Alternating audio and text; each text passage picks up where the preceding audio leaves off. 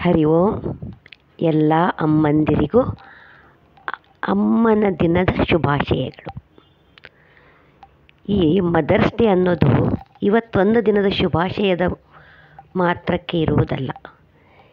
ಈ mother's day ಅಂದರೆ ತಾಯಂದಿರ ದಿನ ಅಂತೀವಲ್ಲ, ಇದು ಯಾವಾಗಲೂ ಇರೋದಿದು. ಇಲ್ಲಿ ಅಮ್ಮ ಅಂದ್ರೇ ಅಂತಹ ಒಂದು ಅಕ್ಷರ ಎರಡೇ ಇರಬಹುದು, ಆದರೆ ಶಕ್ತಿ ಅದ್ಭುತವಾಗಿದೆ.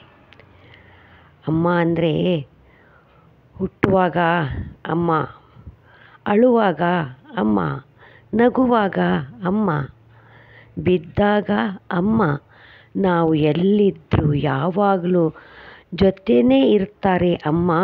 ಕಾರಣ ಅವರಿಂದಲೇ ನಮಗೆ ಸಿಕ್ಕಿದೆ ಈ ಜನ್ಮ. ಅಮ್ಮ ಅಂದರೆ ಕಷ್ಟ ಎಲ್ಲ ದೂರ ಆಗಿಬಿಡುತ್ತೆ. ಅಮ್ಮ ಅಂದರೆ ಸಂತೋಷ ಉಕ್ಕಿ ಬರುತ್ತೆ. ಅಮ್ಮ ಅಂದರೆ ಹೃದಯ ವಿಶಾಲವಾಗುತ್ತೆ.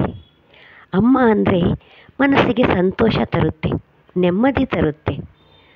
ಅಮ್ಮನ ಋಣ ತೀರಿಸೋದಕ್ಕಾಗೋದಿಲ್ಲ ಅಂತಾರೆ. ಯಾಕೆ ಅಂದರೆ ಅಮ್ಮನಿಗಿಂತ ಬೇರೆ ದೇವರೇ ಇಲ್ವಲ್ಲ. ಯಾರು ಅಪ್ಪ ಅಮ್ಮನ ಸೇವೆ ಮಾಡ್ತಾರೋ ಅವರು ಯಾವ ಪೂಜೆ ಮಾಡೋದು ಬೇಕಾಗಿಲ್ಲ, ಯಾವ ತೀರ್ಥಕ್ಷೇತ್ರಕ್ಕೂ ದರ್ಶನ ಕೊಡೋದು ಬೇಕಾಗಿಲ್ಲ. ಅವರಿಗೆ ಸಕಲ ತೀರ್ಥಕ್ಷೇತ್ರಗಳು, ಸಕಲ ಪುಣ್ಯ ನದಿಗಳು ಸಹ ಆ ತಂದೆ ತಾಯಿಯ ಚರಣದಲ್ಲೇ ಸಿಗುಬಿಡುತ್ತೆ. ಕೇವಲ ನೀವು ತಾಯಂದಿರ, ಅಪ್ಪ ಅಮ್ಮಂದಿರ ಸೇವೆಯನ್ನು ಮಾಡ್ತಾ ಇದ್ದರೆ ಸಾಕು, ಜೀವನದಲ್ಲಿ ಮುಂದೆ ಎಂದು ಕಷ್ಟನೇ ಬರೋದಿಲ್ಲ ಅಂತ ಹೇಳಬಹುದು. ಯಾಕೆ ಅಂದರೆ ತಾಯಿ ತಂದೆಯರ ಸೇವೆಯಲ್ಲಿ ಅಷ್ಟೊಂದು ಅದ್ಭುತ ಶಕ್ತಿ ಇದೆ. ಅಂಥ ಅಮ್ಮನ ನೆನೆಸ್ಕೊಳ್ಳೋಕ್ಕೆ ಇವತ್ತೊಂದು ದಿನ ಮಾತ್ರ ಸಾಕಾ? ಸಾಧ್ಯವೇ ಇಲ್ಲ.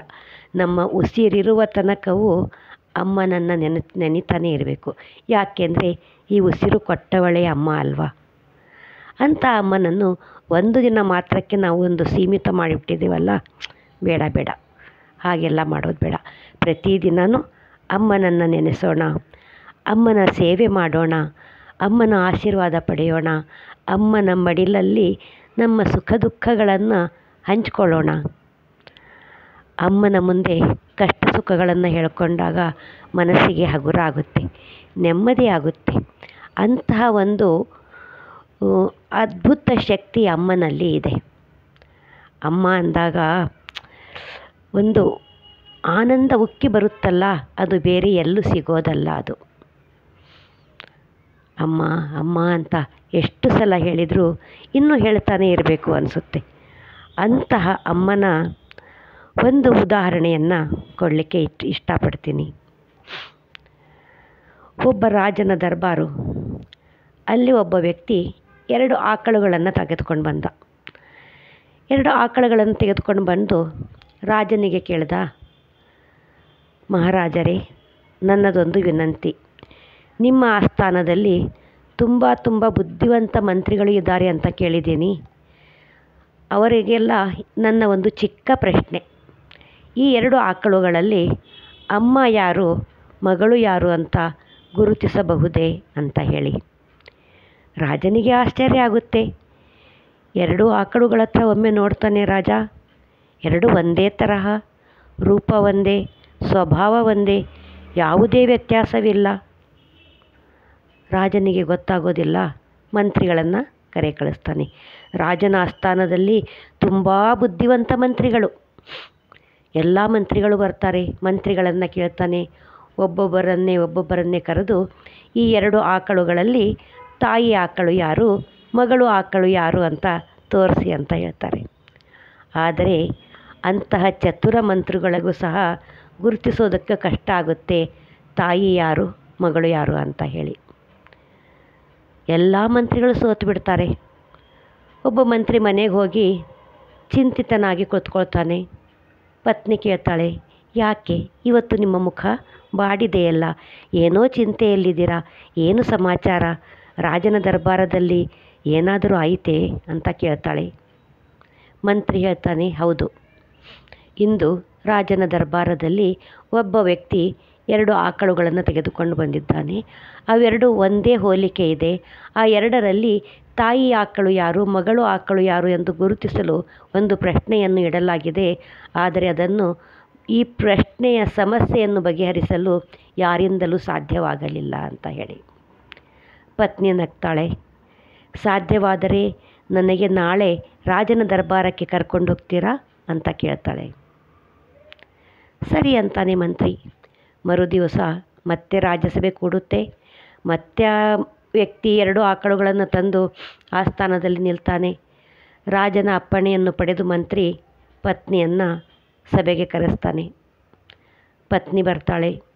ರಾಜನಿಗೆ ನಾನು ಈ 2 ಆಕಳುಗಳನ್ನು ಪರೀಕ್ಷಿಸೋದಕ್ಕೆ ನನಗೆ ಒಂದು ಅವಕಾಶ ಕೊಡಿ ಅಂತ ಕೇಳ್ತಾಳೆ. ರಾಜನು ಒಪ್ಪಿಗೆ ಕೊಡ್ತಾನೆ.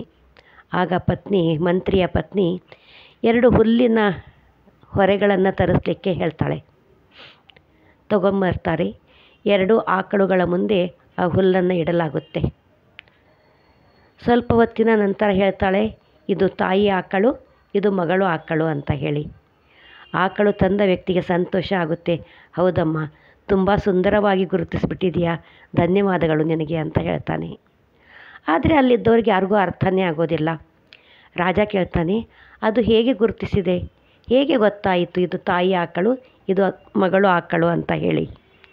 ಆಗ ಆ ಮಂತ್ರಿಯ ಪತ್ನಿ ಹೇಳ್ತಾಳೆ, ಇಲ್ಲಿ ನೋಡಿ, ಹುಲ್ಲನ್ನು 2 ಆಕಳುಗಳ ಮುಂದಿಟ್ಟಿದೆ. ಈ ಮಗಳು ಆಕಳು ತನ್ನ ಹತ್ತಿರ ಇರುವ ಹುಲ್ಲನ್ನು ತಿಂದು ತಾಯಿಯ ಹತ್ತಿರ ಇರುವ ಹುಲ್ಲನ್ನು ಸಹ ತಿಂತಾ ಇದೆ. 2 ಕಡೆ ಇದನ್ನು ಒಂದು ಸ್ವಲ್ಪ, ಇದನ್ನು ಒಂದು ಸ್ವಲ್ಪ, 2 ಕಡೆದು ತಿಂತಾ ಇದೆ. ಆದರೆ ತಾಯಿ ಆಕಳು ತನಗೆ ಕೊಟ್ಟ ಹುಲ್ಲಿನ ಸ್ವಲ್ಪ ಭಾಗವನ್ನು ಮಾತ್ರ ತಿಂದು ಅದನ್ನೇ ಮೆಲುಕು ಹಾಕುತ್ತಾ ಸುಮ್ಮನೆ ನಿಂತಿದೆ. ಅಂದರೆ ತಾಯಿ ತನ್ನ ಮಗುವಿನ ಹೊಟ್ಟೆ ತುಂಬಲಿ ಅಂತ ಹೇಳಿ ತನ್ನ ಹಸಿವಿನ ಕಡೆ ಲಕ್ಷ್ಯ ಕೊಡೋದಿಲ್ಲ. ಇದು ಪ್ರಪಂಚದಲ್ಲಿಯೂ ಸಹ ಹೀಗೆ ನಡೆಯೋದು. ಇದರಿಂದ ಗುರುತಿಸಬಹುದು ತಾಯಿ ಯಾರು, ಮಗಳು ಯಾರು ಅಂತ ಹೇಳಿ.